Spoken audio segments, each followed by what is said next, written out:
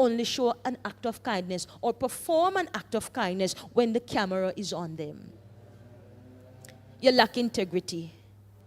Because if people are not seeing what you are giving, you can't be kind. And if you're not getting anything in return, you can't be kind. Not here, but in other places. You're wrong. And you lack integrity. Because God's justice is never cold or abstract. It is always wrapped in mercy. From Exodus to the cross, God demonstrates a justice that is decisive yet compassionate.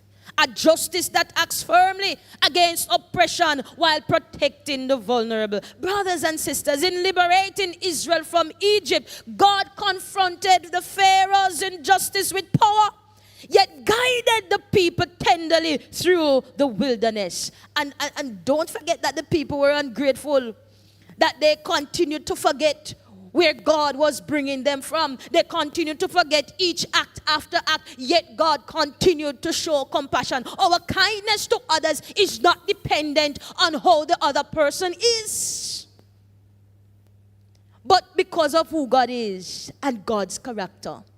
So we are called to extend ourselves to others whose actions may not deserve it.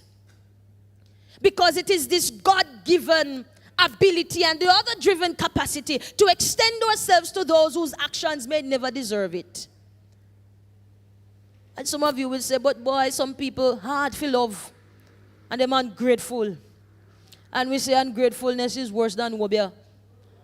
And so we rather keep our things to ourselves, but you're wrong.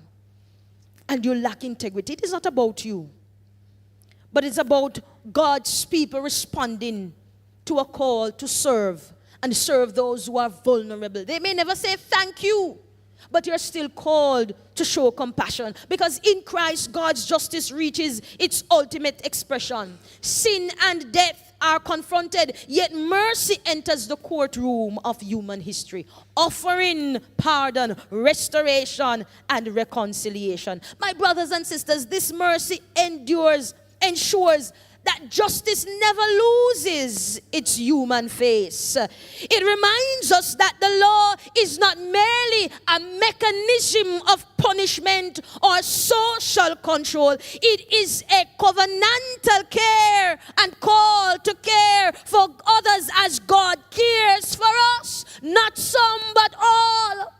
Whether them rich or them poor, young or old, we are called to care for all. True justice without mercy risks becoming cruelty. For mercy without justice risks becoming sentimentality.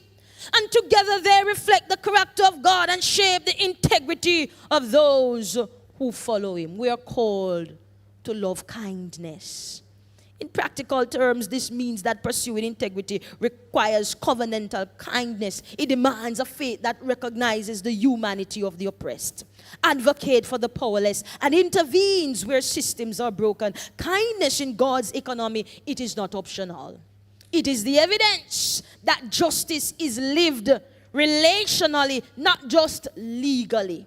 And in this sense, mercy is the moral compass of justice. It ensures that right action never loses sight of the faces, the stories, and dignity of real people. But brothers and sisters, Micah does not allow justice or kindness to become self-congratulatory. Finally, he grounds them in posture, how we walk with God. Pursuing integrity requires faith that confronts injustice. It requires a faith, my brothers and sisters, that live out this covenantal kindness. But it also requires a faith that is committed to humility. Integrity that walks faithfully with God. See, pursuing integrity calls for committed humility.